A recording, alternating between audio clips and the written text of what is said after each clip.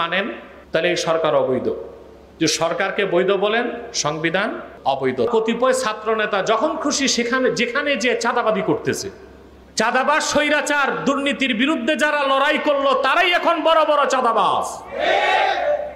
8 জন উপদেষ্টা দুর্নীতির মতো জঘন্য কাজে কানেক্টেড হয়েছে। এটাই চেয়েছিলেন আপনারা?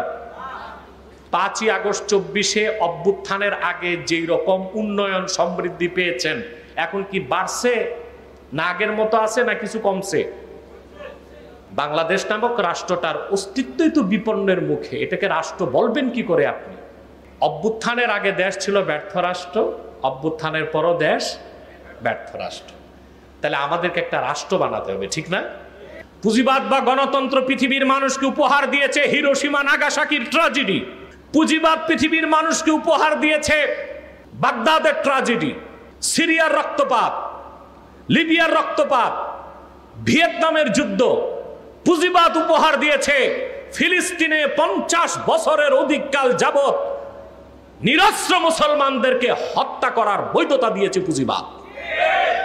মুক্তির পথ একটাই, খেলাফত। বাংলাদেশের স্বাধীনতাকে ভারতীয় হেজিমনি আর মার্কিন আগ্রাসন থেকে মুক্ত রাখার জন্য আমাদেরকে এক হতে হবে।